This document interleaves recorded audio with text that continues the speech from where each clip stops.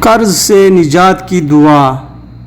علی بن ابی طالب رضی اللہ عنہ سے روایت ہے کہ ایک مکاتب متعین مال کی ادائیگی کی شرط پر آزاد کردہ غلام نے انہیں کہا کہ میں اپنی قسطوں کی ادائیگی سے عاجز آ گیا ہوں۔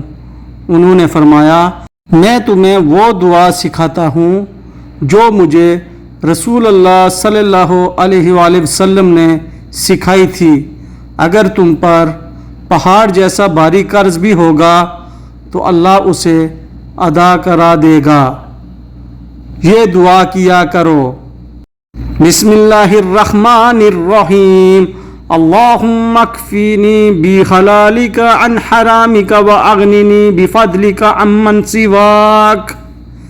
اے اللہ مجھے حلال دے کر حرام سے بچا دے اور اپنا فضل دے کر اپنے سوا دوسروں سے بے نیاز کر دے۔